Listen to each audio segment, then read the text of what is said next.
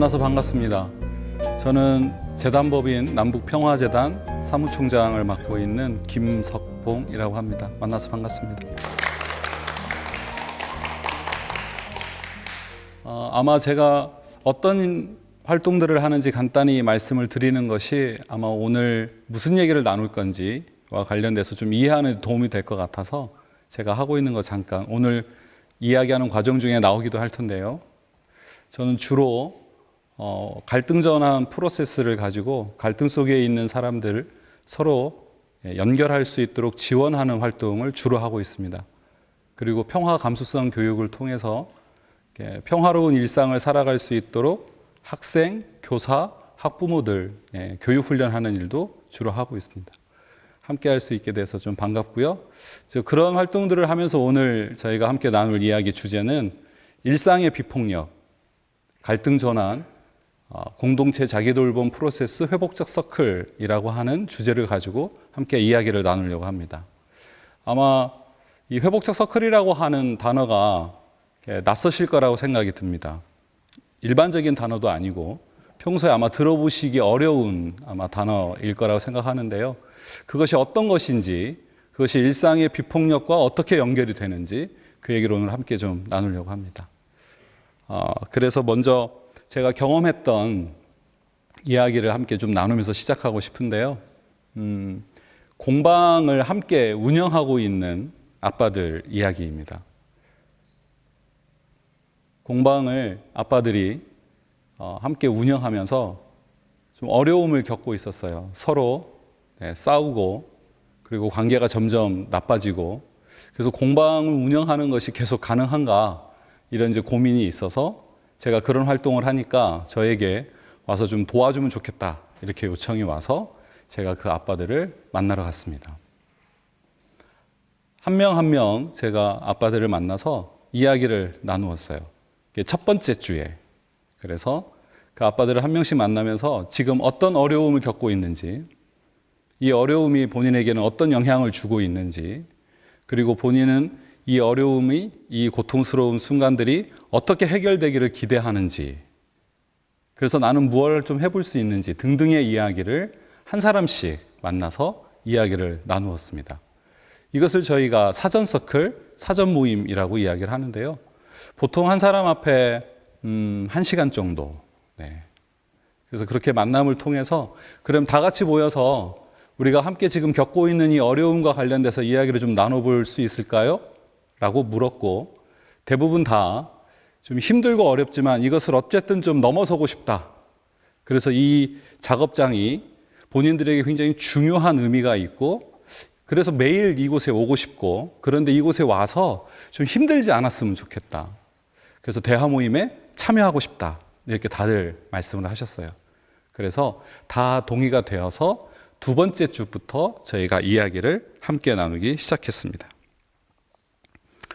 두 번째 주부터 전체가 모여서 함께 이야기를 나누기 시작했는데 첫 번째는 이런 이야기를 좀 나누어 봤어요. 그동안 공방에 다니면서 본인에게 좀 유의미했던 것들은 어떤 것들이 있는지 이야기를 한번 좀 나눠보면 좋겠습니다. 그래서 이야기를 좀 나누었어요.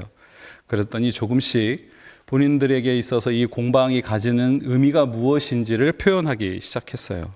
그리고 현재 겪고 있는 이 갈등이, 이 어려움이 이상적으로 잘 해결된다면 어떤 상상이 좀 되시나요? 그래서 두 번째로 아무튼 우연한 어떤 기회에 또는 굉장히 큰 노력을 해서 갈등이 이상적으로 잘 해결된다면 어떤 모습들이 상상되나요? 그래서 이상적으로 갈등이 잘 해결된 상태를 함께 상상하는 시간을 가져봤습니다. 아마 여기 계신 분들도 일상에서 이러저러한 갈등들을 아마 경험하실 텐데 그것이 크든 작든지 간에 한번 생각해 보십시오. 그 갈등을 내가 경험하고 있는 그 순간 정말 이 갈등이 잘 해결된다면 이상적으로 내가 원하는 방식으로 갈등이 잘 해결된다면 어떤 상상이 좀 되시나요? 어떤 모습들이 좀 그려지시나요? 또는 이렇게 되기를 기대하시나요? 어떤 것들이 있으신가요? 그 아빠들은 어떤 상상이 된다고 표현을 하셨을까요? 그렇게 이야기했어요. 마음이 편해지고 미소 띈 얼굴로 서로 인사 나누고 상대방의 말을 이해하고 소통이 잘 돼서, 그래서 큰 소리가 나지 않는, 그래서 모른 채 하는 일이 없이 서로 협력하는, 그래서 작업장 자체가 이렇게 활기차고 즐거운 공간이 되는 것을 상상할 수 있겠다, 이렇게 나누었습니다. 네. 우리는 갈등이 일어나고 그 갈등을 경험하게 되면 잘 해결되기를 기본 원하죠. 그리고 그런 기대가 있습니다, 누구에게나. 그런데 어떤 이유로 갈등은 우리가 원하는 방향으로 우리를 안내하지 않을까요? 무엇이, 우리는 정말 갈등이 잘 해결되는 이상적인 곳으로 가고 싶은데 왜 일상에서 우리의 경험은 갈등을 직면하는 그 순간, 만나는 그 순간 왜 갈등은 점점 심화되고 어쩌면 또 폭력적으로 변하기도 하고, 그래서 내가 원치 않은, 그래서 정말 후회가 남는 방향으로 왜 그리 갈까요? 이 공방의 아빠들에게 이 질문을 던졌습니다. 다 그 원하는 곳으로 가고 싶어 하시죠. 자, 그런데 왜 그리 못 가시나요? 무엇이 그걸 가로막고 있나요? 어떤 것들이 걸림돌이 되나요? 라고 여쭤봤어요. 책임과 존중, 대화와 경청, 배려, 공감, 역지사지. 네. 이건 권위 있는 어떤 전문가가 여러분 갈등을 해결하려면 그거 해야 합니다라고 말해주는 게 아니에요. 지금 여러분들이 하신 것처럼 내가 생각해 보니까 내가 겪고 있는 갈등이 해결되려면 이런 것들이 있으면 해결되겠구나라고 이미 우리가 알고 있는 것들이 지금 찾아지는 거죠. 네, 찾아지는 겁니다. 그렇게 찾았습니다. 그래서 그 주 모임은 굉장히 성공적이었다고 제가 자신을 했어요. 그리고 발견한 걸 가지고 서로 축하하고, 자, 이게 있으면 되겠네요, 우리 이제. 자, 이걸 그러면 어떻게 우리가 지금 실천하면 될까요? 이것만 남았네요. 라고 이야기를 하고 세 번째 모임에 갔습니다. 어떻게 됐을까요? 세 번째 모임에. 세 번째 주에 갔습니다. 네. 이야기를 하다 보면 자꾸 자기 이야기를 하거나 과거의 경험에 비추어서 상대를 지금 비난하는 말을 하거나, 그러면 역지사지 하자고 했다가 역지사지가 안 되죠. 그러니까 여전히 같은 일이 반복되고 있는 거죠. 분명히 우리가 이거 하면 될 것 같아. 존중하고 대화하고 이해하고 공감하고 배려하고 대화하고 경청하고 역지사지하면 될 것 같아. 할 수 있을 거야. 찾았는데, 자, 그거 합시다라고 모였는데 여전히 우리는 과거의 방식을 그대로 하고 있는 거죠. 동일한 일을 반복하면서 다른 결과를 기대하는 건 미친 짓이다. 누가 말했을까요? 아시는군요. 네. 아인슈타인이 네, 과학적 탐구에서 그렇게 이야기했어요. 동일한 방법을 반복하면서 다른 결과를 기대하는 건 제정신이 아니다 했어요. 우리도 마찬가지죠. 지금 갈등의 순간에 동일한 방법을 우리는 계속 반복하는 거죠. 그런데 우리 기대는 어디가 있어요? 다른 결과가 나타날 거라는 기대가 있는 거죠. 그래서 우리는 그 동일한 방식을 더 이상 사용하지 않기 위해서 무엇이 필요한지를 찾았는데 세 번째 주에 되니까 동일한 방식을 계속 하고 있는 거죠. 그런 기대가 있으면서. 그래서 무엇이 필요할까 다시 한번 또 살펴봤습니다. 아까 말씀하신 것 중에 정말 중요한 거 한 가지를 저희가 어떻게 만들 것인가. 이 대화하는 공간이 서로 어려움을 극복하기 위해서 서로 무엇을 할 수 있을지 이야기 나누는 이 공간이 모두에게 안전해야 하는 거죠. 그러니까 대화할 때 서로 모여서 이야기를 하는데 이 공간이 안전하지 못하면 계속해서 우리 과거의 방식을 반복하니까, 자, 그러면 우리 모두가 안전하게 대화할 수 있는 안전한 공간을 만들기 위한 몇 가지 규칙을 좀 잡아봅시다. 이렇게 이야기를 했어요. 그래서 그 아빠들이 이렇게 규칙을 잡았습니다. 목소리를 낮추고 경청하자. 서로 나눈 이야기가 잘 전달되었는지 확인하자.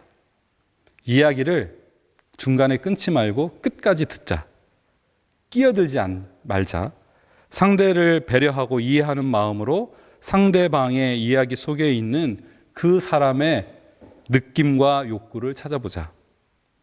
공동의 목표와 책임 의식을 가지고 서로의 의견을 수용하는 자세를 갖자.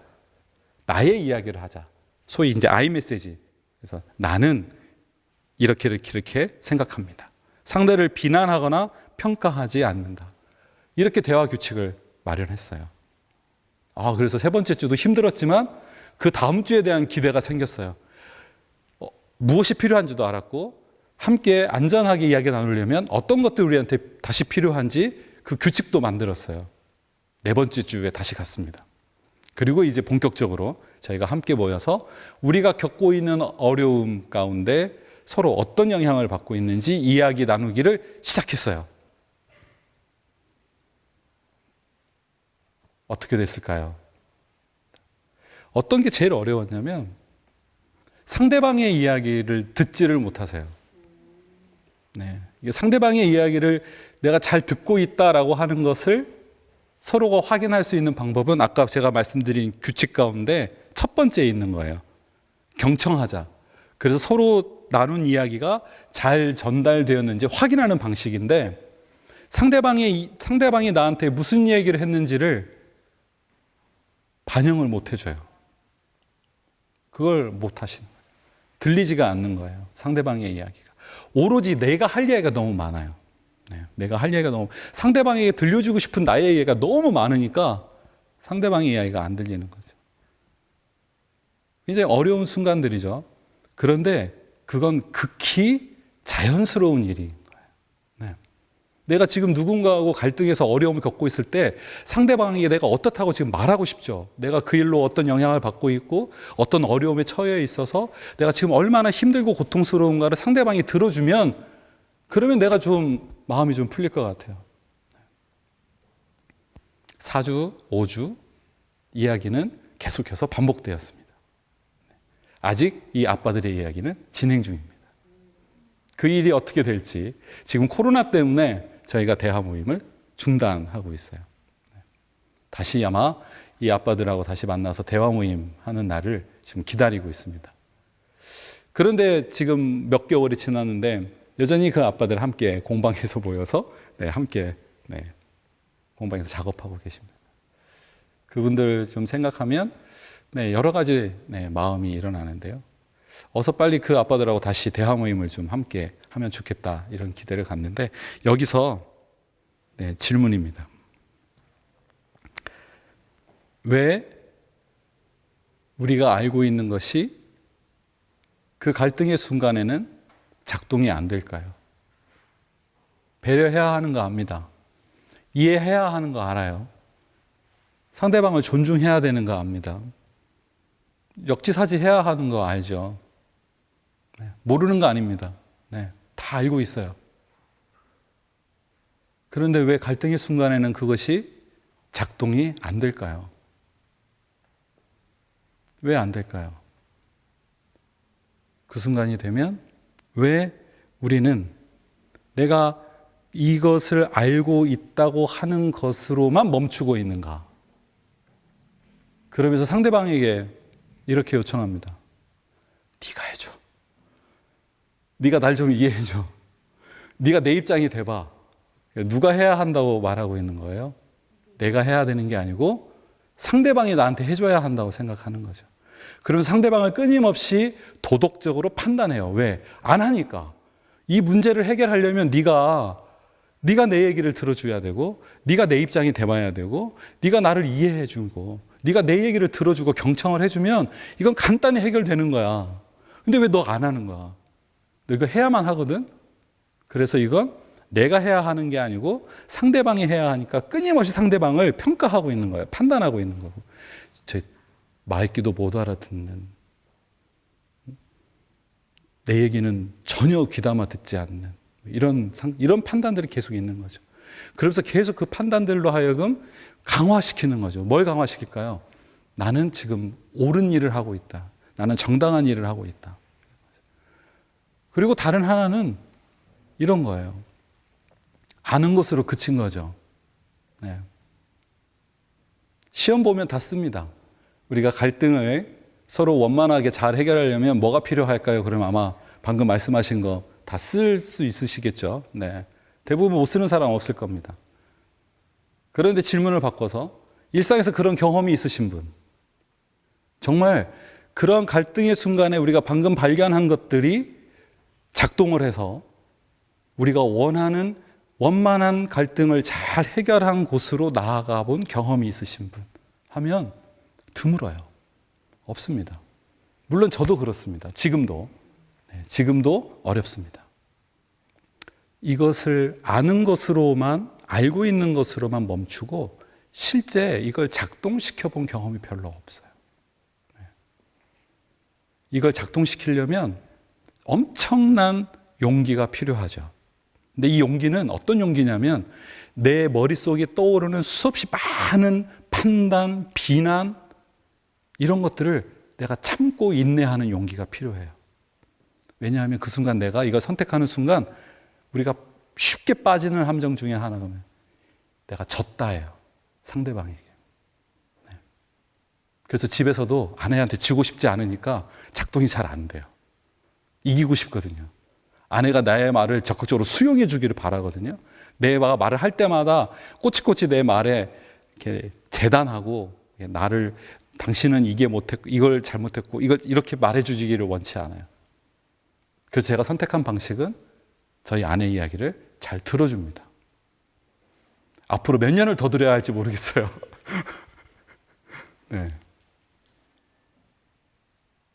그런 거죠.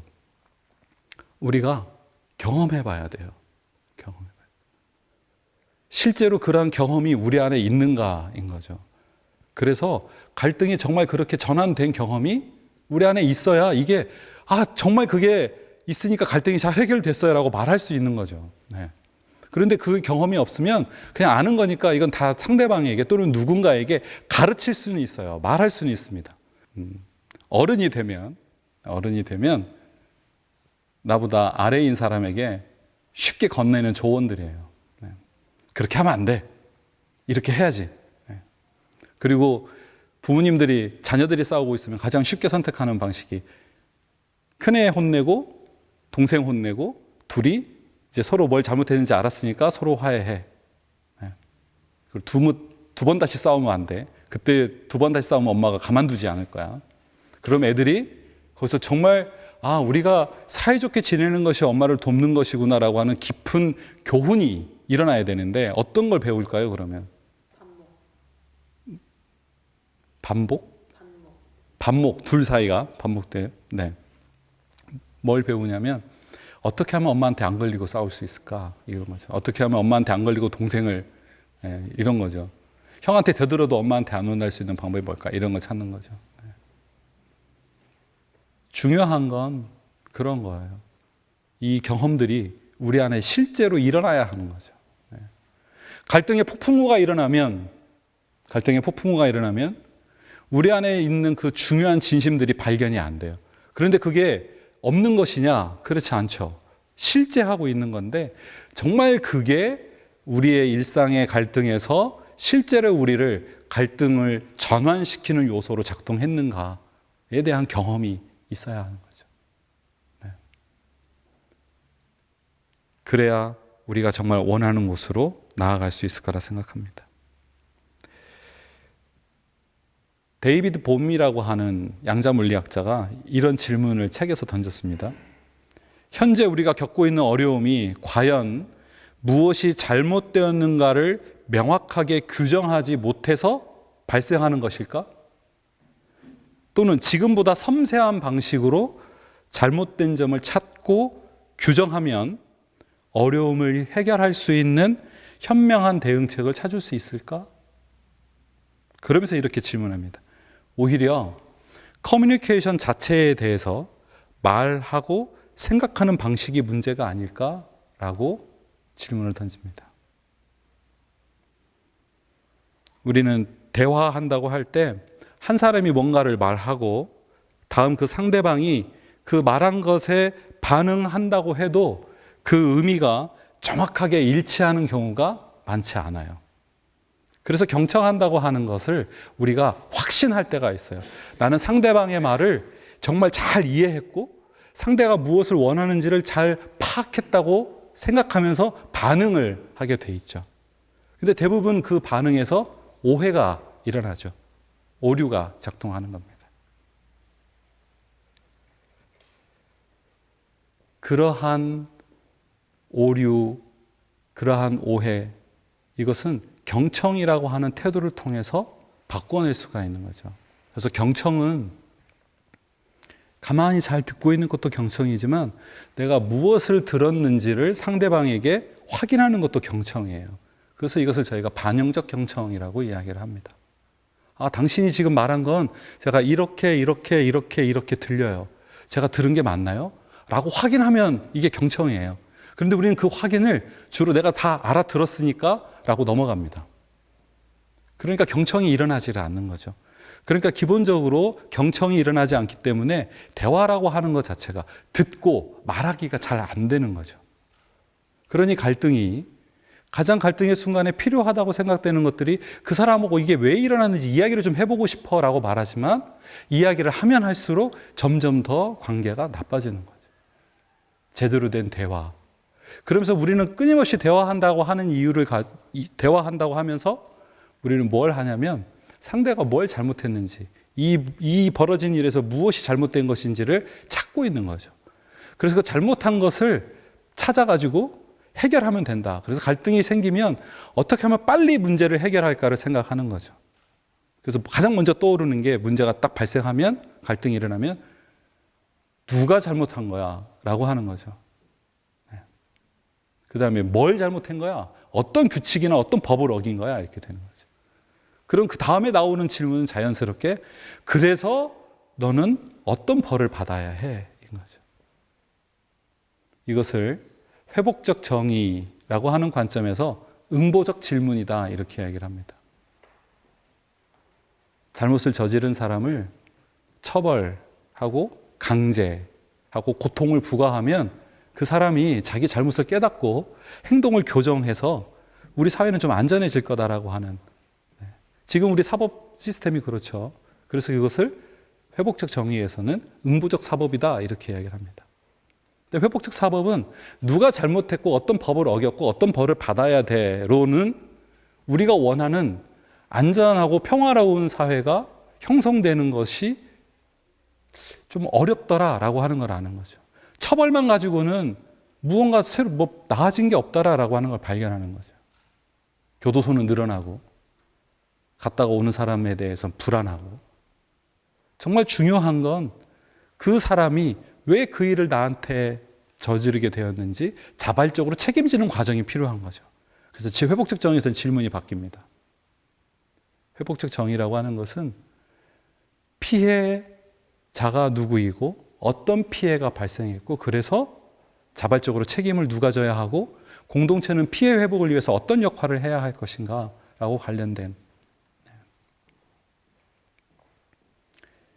그러한 일들이 우리 안에서 다양한 방식으로 펼쳐지는데 그것을 회복적 실천이라고 하는데요. 그 회복적 실천이 학교에서, 경찰 단계에서, 검찰 단계에서, 법원 단계에서, 한국 사회에서는 이제 막 시도되고 있습니다. 그 다양한 회복적 실천의 시도 중에 제가 진행하는 프로세스 중에 하나인 회복적 서클이라고 하는 방식이 그 과정 안에 하나의 모델로 참여하고 있어요. 방금 앞서 말씀드린 그 공방의 아빠들하고도 그 회복적 서클 프로세스라고 하는 방식을 가지고 이야기를 나누었습니다.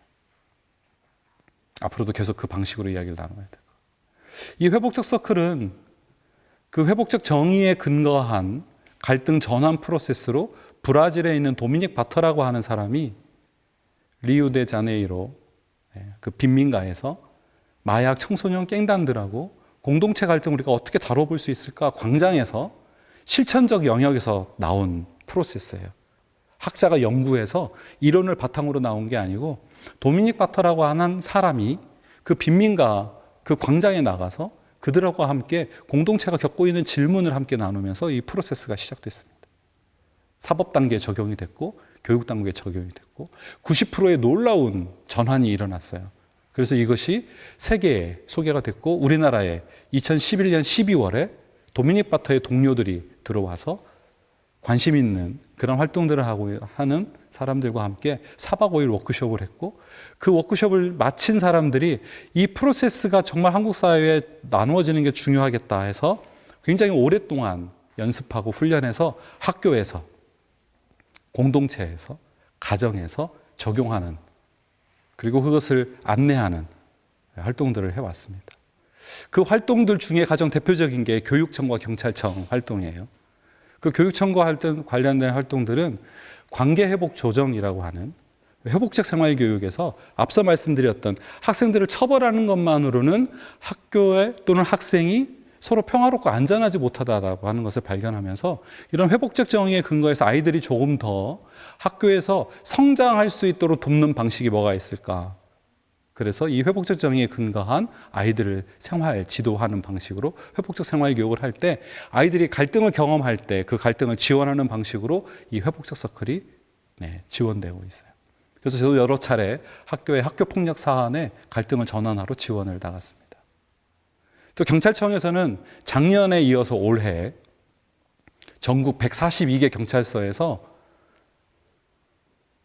경미한 사안에 경찰 조사 단계에서 가해자, 피해자가 함께 모여서 처벌 이전에 관계 회복을 위한 대화 모임 갖는 것을 시작했습니다.